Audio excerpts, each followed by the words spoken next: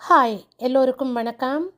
இன்றைய நாளில் உங்களுக்கு நான் புவியியல் சிறப்பு கலையில் எவ்வாறு நீங்கள் பகுதி 2 இருந்து அதில் உள்ள பாடப்பரப்புகள் மூலமாக ஆய்வு கட்டுரை தலைப்பை எவ்வாறு நீங்கள் தெரிவு செய்யலாம் என்பது பற்றி நான் விளக்க உள்ளேன்.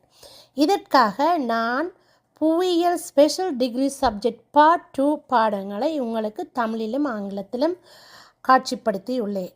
இதன் வரிசையில் நாங்கள் பார்க்கும் பொழுது GYS 3.1 குவான்டிடேட்டிவ் மெத்தட்ஸ், அதாவது அளவு முறைகள்.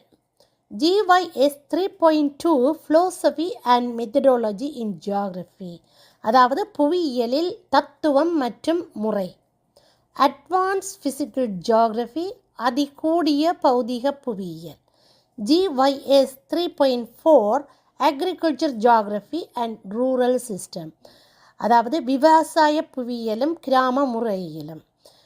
GYS 3.5 industrial geography and fisheries geography, கைத்தொழில் புவியியலும் மீன்பிடி புவியியலும்.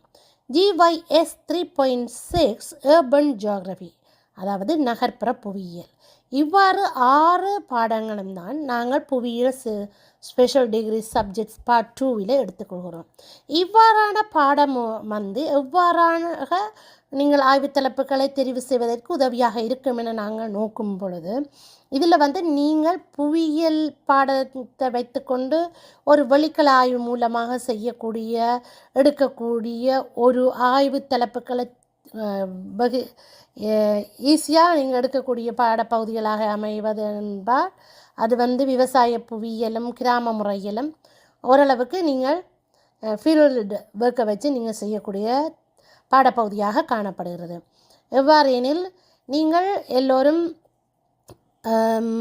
மாணவர்கள் கிராம பகுதியில் வாழும் மாணவர்கள் சிறப்பாக இந்த தலைப்பை எடுத்து நீங்கள் செய்யலாம். அதாவது ஒரு கிராமத்தை நீங்கள் எடுத்துங்கன்னு சொன்னால், அந்த கிராமத்தை நீங்கள் வெளிக்கலாய்வு மூலம் போய் சென்று அதனை பார்த்து இந்த கிராமத்தில் எப்படியான ஒரு துறையில் இந்த கிராமம் அமைந்திருக்கின்றது, இதில் என்ன புவியியல் காரணிகள் செல்வாக்கு செலுத்துகின்றது, இங்கே வாழுகின்ற மக்களது பொருளாதார முறைகள் என்ன, அவர்களுடைய பொருளாதார முறையில் என்னென்ன காரணிகள் செல்வாக்கு செலுத்துகின்றது, புவியியல் காரணிகள் இதற்கு அடிப்படையாக எவ்வாறு அமைந்துள்ளது. விவசாய பரப்பு என்று சொல்லிக்கல, நீங்கள் மண் வகைகள் எல்லாம் அதில் ரிசர்ச் பண்ணி நீங்கள் அவைக்கு சொல்லலாம். அதே மாதிரி இந்த விவசாய முறைகள் அந்த கிராமம் வளர்வதற்கு எவ்வாறு உதவியுள்ளது என்று பல கோணங்களில் நீங்கள் இந்த ரிசர்ச்சை வெளிக்கள ஆய்வு மூலமாக செய்து கொள்ளலாம்.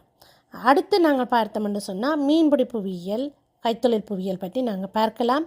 அதுவும் ஒரு வெளிக்கல ஆய்வாகத்தான் அமையும். ஏனென்று சொன்னால், மீன்பிடி புவியியல் இன்றைக்கு நாங்கள் பார்த்தோம் என்று சொன்னால், இலங்கையின் பொருளாதாரம் கூடுதலான அளவுக்கு இந்த மீன்பிடி தன்மையிலேயே அமைந்துள்ளது. அப்போ இந்த மீன்பிடி பொருளாதாரத்தில் அமைந்துள்ளதன் காரணமாக நாங்கள் அதை ரிசர்ச் பண்ணிக்க, அதால் வர பலன்களும் எங்களுக்கு கூடுதலாகவே இருக்கும். ஆனால் இந்த ரிசர்ச்சை நீங்கள் செய்யல வெளிக்கல ஆய்வும் ஓரளவுக்கு இலகுவானதாகத்தான் இருக்கும். ஆக இலகுவானதாக இருக்கும் என்று சொல்ல முடியாது. என்னென்றால், இதற்காக வெளிக்கல ஆய்வுக்கு நீங்கள் வினாக்கொத்துக்கள் எல்லாம் சரியான முறையில் தெரிவு செய்ய வேண்டும்.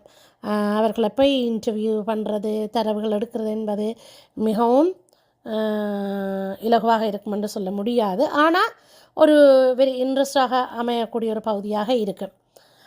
இந்த வகையில் நான் உங்களுக்கு எனது வெளிக்கல ஆய்வு ஒரு ஃபிஷரியை அண்டித்தான் எடுக்கப்பட்ட ஒரு ஆய்வு தலைப்பாக இருந்தது. அதாவது யாழ் மாநகர சபை எல்லை பகுதியினுள் மீன் சந்தைப்படுத்தல் முறைகளும் அவற்றின் பிரச்சனைகளும் என்ற ஒரு தலைப்பைத்தான் நான் எடுத்து செய்தேன்.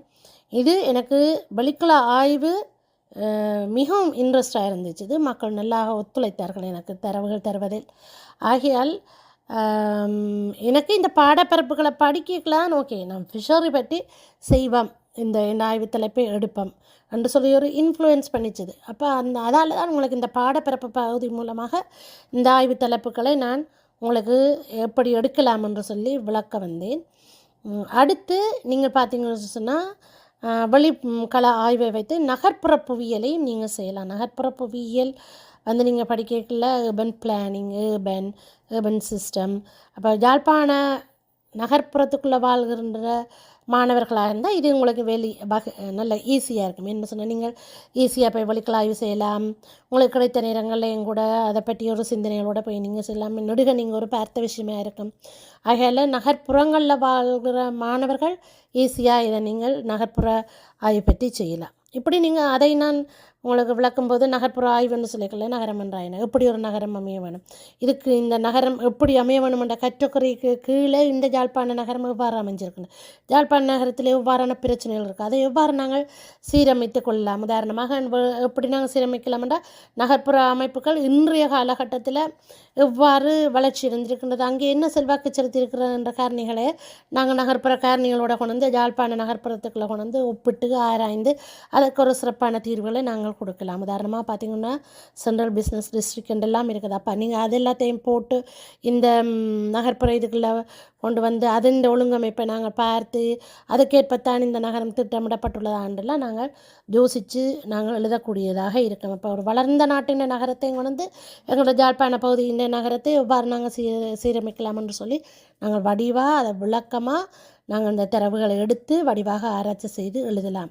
இது நாங்கள் ஜியோகிராஃபி ஸ்பெஷல் டிகிரி சப்ஜெக்ட்ஸில் பார்ட் 2விலிருந்து நாங்கள் எவ்வாறு ஆய்வு தலைப்புகளை பாடப்பகுதிகளை வச்சு தெரிவு செய்யலாம் என்று சொல்லி நாங்கள் பார்த்த விடயங்களாகும். இது உங்களுக்கு நல்ல மாதிரியான முறையில் உங்களுக்கு ஒரு உதவியாக ஆய்வு தலைப்புகளை தெரிவு செய்வதில் அமையும் என்பதை நான் நம்புகின்றேன்.